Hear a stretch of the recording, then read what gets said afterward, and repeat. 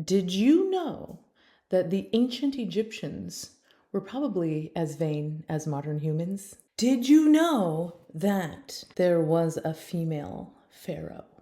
Also, yes. Yes, I am wearing my ancient Egypt earrings, which I got in modern day Egypt at the Grand Egyptian Museum that just opened in 2025. I was there in February 2025 before the grand opening, and it was magnificent. And I came home with these really cool scarab and ma'at earrings. Stay tuned for this introduction to ancient Egypt. I'm Dr. Megan Lorraine Debin, and I'm an art historian, and this is Art Trippin Lecture Series.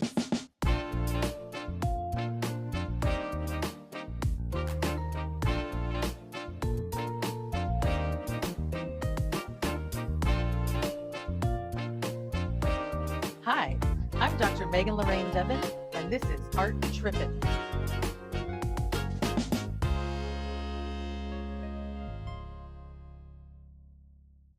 Did you know that scarabs in ancient Egypt were a symbol of fertility and abundance? And as like a modern human, I always wonder why. I love killing cockroaches.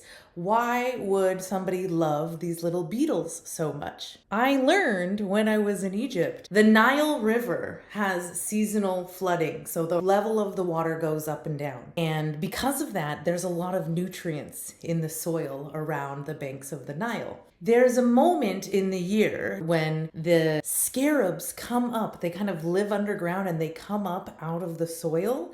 And when they come out of the soil, it's just before the level of the Nile River is going to rise. And this is going to water the area around the banks of the river and give nourishment to the soil. So the idea is that the scarabs escaping out of the earth, coming out of the earth, this is a symbol of a coming period of fertility and abundance. Ancient Egyptian culture developed along the Nile River, like the cultures that we've studied in our last videos when we talked about ancient Mesopotamia, which developed along the Tigris and the Euphrates rivers. The periodic flooding of the Nile made it a very fertile valley that was easily farmed. With food surplus and general peace, Egyptians were able to develop a highly elaborate culture complete with religious beliefs, ritual practices, and of course, fantastic art and architecture. The ancient Egyptians also developed a highly regular system of writing using a pictographic language system known as hieroglyphs. Artwork in ancient Egypt is often accompanied by explanatory texts. So this provides scholars with so much more information compared to, say, for example, prehistoric art, where only contextual evidence was source information about the historical context. Now, that being said, we should always look to the primacy of the object itself as a source of information. That's what we do in this class. We're obsessed with objects. What can we learn from the practice of sustained looking? I encourage you to really take some time to examine the objects that we're going to be looking at in this video. What can you learn about ancient Egyptian art styles from simply looking at the object? When we're talking about ancient Egyptian art, we're actually talking about thousands of years of history. When we look at the early period, we're talking about the pre-dynastic period. In the pre-dynastic period, Egypt was not yet unified. It was sort of broken up into two different regions, that's Upper and Lower Egypt. Eventually, a ruler came along to unite the two into one kingdom, the details of which are depicted on the palette of King Narmer, which I will discuss later in this video. What follows is generally regarded as one of the longest running civilizations in human history, spanning literally thousands of years and dominating the region for centuries, leaving a long-lasting mark on local, Western, and global culture. Egyptian history is generally divided into Old, Middle, and New Kingdoms to help divide this large span of time and to explain the rare stylistic shifts. Generally speaking, Egyptian art does not change significantly in appearance despite being in existence for thousands of years. Think about modern fashion and how quickly it changes. Think of the difference in just 10 years from clothing styles from the 1970s to the 80s and 90s. And now think about 2025 and how fast fashion can change. Now imagine a culture whose stylistic choices remain unchanged for literally thousands of years. This kind of unified thinking in terms of style is unheard of. It's astounding for modern humans. Artists were able to create and use formulas to standardize image production, and this uniformity was enforced by the ruling elite. One unfinished painting in an ancient Egyptian tomb reveals red lines that create a grid, and this tells us that there were standard measurements of the way the human body was to be depicted in art in royal and elite tombs. You will notice that pharaohs and nobles are depicted with stunning precision for thousands of years, with little change in style, in contrast to people of lower classes. So working class people and enslaved people were depicted more naturalistically and with more of a sense of movement. Usually, figures are depicted in stiff, frozen positions, usually frontally, with a gaze off into the distance. This distant gaze, the pharaoh staring off for all eternity, creates a sense of an image lasting for all of eternity. Figures are somewhat naturalistic in terms of their proportions, but otherwise they're very much abstracted. You will probably see the characteristic Egyptian pose from the ancient pharaohs. You'll see maybe the shoulders frontally, and then you'll see the head in profile, but then the eye is over on the side, sort of frontally. So it's kind of a composite perspective.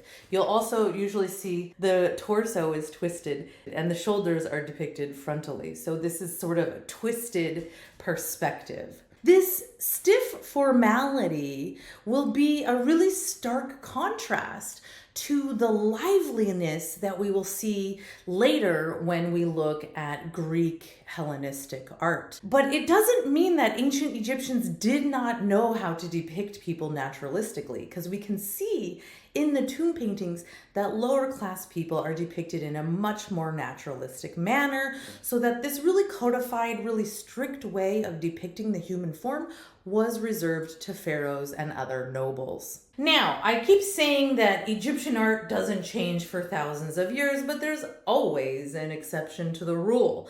This is the Amarna period. In the Amarna period, we have a ruler who comes around, invents a new god because why not, says he's the son of that god because same, then invents a whole new art style. So this art style of the Amarna period is where we see the pharaoh depicted in more soft, more sinuous, and more lifelike ways. This is likely owing to this really unusual ruler, Akhenaten, and honestly, shortly after his death, Egyptian art returns to the traditional Old Kingdom style. One thing you'll notice when you look at ancient Egyptian art is that the depictions of the pharaohs and the nobilities and the deities, the gods and goddesses, are all done in that same characteristic abstract style, but commoners are depicted in a much more naturalistic style.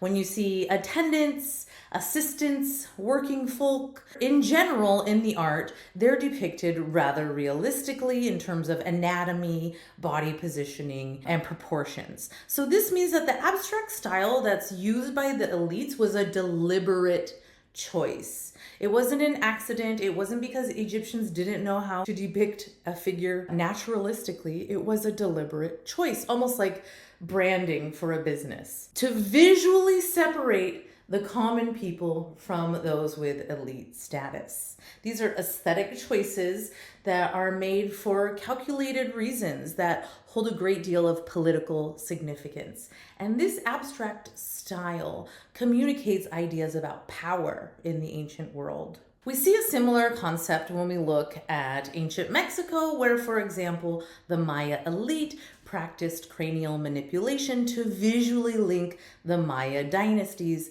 where in general, the general population did not practice that same head binding. So do we have any similar practices that you notice in our contemporary world? I mean, I've definitely seen TikToks about like conservative Republican makeup. Like, are there signifiers of political power that we see through art and fashion and style today? If you think of any examples, let me know in the comments. Now, back to my makeup.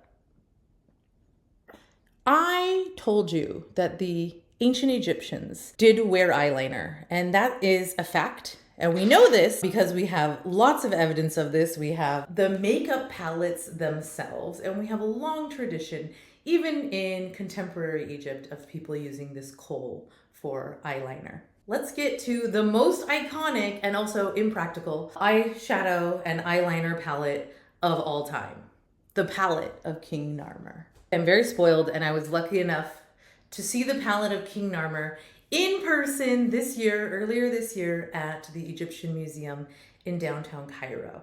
So what we are looking at here is an object that dates to about 3000 BCE, maybe 2920 BCE. It is slate, it is carved. As you can see, there are relief carvings on this image, and it's about 2 feet high. This is from the pre-dynastic period, and it's called the Palette of King Narmer because King Narmer is the king who, number one, is depicted and named on this palette, and number two, of course, is the king known for uniting Upper and Lower Egypt. The ancient Egyptians used kohl, K-O-H-L, not coal, C-O-A-L. Kohl is a cosmetic that is made through crushing this stone. Stibnite or stibnite? Stibnite. I don't know. Someone in the comments tell me how to pronounce this. Stibnite or stibnite. Anyway, it's a black stone. It kind of reminds me of like tourmaline or something. And it would be ground up into a powder and applied and worn in ancient Egypt. And in fact, although we associate this with the elite classes, it's pretty agreed upon by scholars that people of all social classes would wear this kohl eyeliner around their eyes as protection against eye ailments. And there was also a belief that like darkening the skin around the eyes would protect one from the harsh rays of the sun. And I don't know that much about sports, but I definitely have seen football players put this black stuff under their eyes. Okay, first let's look at the backside of the palette of King Narmer. And you will see in the second to the bottom register, the register in the middle, we see 2 lions. They look like lions, but then they have really long giraffe necks that swirl around and create a circle in the middle of this palette. And in theory, this part of the palette, this circular area with the lion necks intertwining, is where the kohl or this black makeup would be applied. This is the palette, and this is where the makeup would be applied onto the eyes of perhaps King Narmer himself. Now, was this a functional object? Probably not. It's more of a symbolic object, a ritual object. This is not the everyday makeup compact that you carry around in your purse. This is a ritual object, and it is a historical document that contains words and images. So let's dive in to the iconography. Let's go back to the front side. Now, the first thing that we will see in the largest register, the central register, we will see a depiction of King Narmer himself conquering Lower Egypt. He is wearing the white crown of the south. This is Upper Egypt, and he's conquering Lower Egypt. And I know I'm not getting Lower and Upper confused. Remember that the Nile flows upward toward the Mediterranean Sea. So when we're talking about the south, we're talking about Upper Egypt. We can see Narmer here grabbing the head of his defeated enemy, grabbing the hair. This is a symbol of submission, and he has one arm raised with a weapon in hand. Near him, we see the falcon god Horus, a sort of symbol of the king of Egypt. And then we also see the human head and the papyrus, which is the symbol for Lower Egypt. We see hierarchy of scale here. Narmer is the large figure, and the smaller figure behind him is his attendant, who is holding his sandals. So this is kind of like, I don't know, because I've never been in a fight because I'm a lover, not a fighter. But I've definitely seen people take their earrings off before they're about to get in a fight. So here, the king has said, hold my sandals for me while I whoop this guy's bleep. Now, above the central register where we see the main action, Narmer defeating the king of Lower Egypt and unifying Egypt, we see above this these two bull or cow figures. This is a depiction of Hathor, the divine mother. She's considered the mother of all of the pharaohs who, when they die, become deities themselves. In the bottom register, we see these figures who have been stripped of their clothing and their weapons, indicating that they have been defeated, and they are kind of strewn about in this bottom register. So King Narmer has come in and taken control and taken power and has united Upper and Lower Egypt into one. Now, how do we know this guy's name is Narmer? In between these two depictions of Hathor, these cow heads, in the center, we have the hieroglyph, the name Narmer. It's literally Nar, catfish, and Mer, chisel. So his name is Catfish Chisel. This is King Narmer. Now, let's flip it over and look at the back of it. And when I saw this in the museum, I walked around in a circle around it for an hour until my tour guide yelled at me that I was missing the rest of the tour. But I was obsessed with studying this in detail. We see on the backside in the top register, we see the largest figure. Again, this is the king. Here he's wearing the red papyrus crown of the north. That's Lower Egypt. That's where he conquered. You see him now donning that second crown. It's kind of this horned crown. You will see again above him in the center his name, Catfish Chisel, Narmer. In the center below him, you see smaller figures. These are soldiers and attendants who are bearing the standards of the conquered territories. And then all the way over to the side, you will see these horizontal figures laid out in front of the king. These are members of the now defeated Lower Egypt. Now, if we move down to the central register, this is where we will see two attendants tending to these sort of lion figures. I mean, it's a lion with a very long giraffe neck. And these two lion figures, their necks are swirling about and intertwining. And these intertwined animals are read as a symbol of the unification of Upper and Lower Egypt, which of course King Narmer is credited with doing. Here we see King Narmer depicted as a bull, trampling about, trampling on some people and trampling this city. So here is a kind of symbolic representation of Narmer's power. Now, this object is from the pre-dynastic period. This is from sort of the beginnings of what we consider ancient Egyptian art history, but it's laying the foundation for what we will see in Egyptian art for thousands of years. You see the figure in that sort of twisted composite perspective. You see the use of hierarchy of scale. The more important figures are depicted larger. And you see ample depictions of writing and image intertwined. So there are hieroglyphs and names of deities and of the figures, but there's also images of great symbolic nature. So you need to understand what these images and what these words are, what they stand for, in order to understand what you're looking at. Here we're looking at the figure T. This is a noble person, assistant to the pharaoh, and this is from the Mastaba of Saqqara, which is kind of a prototype or prequel to the pyramids of Giza.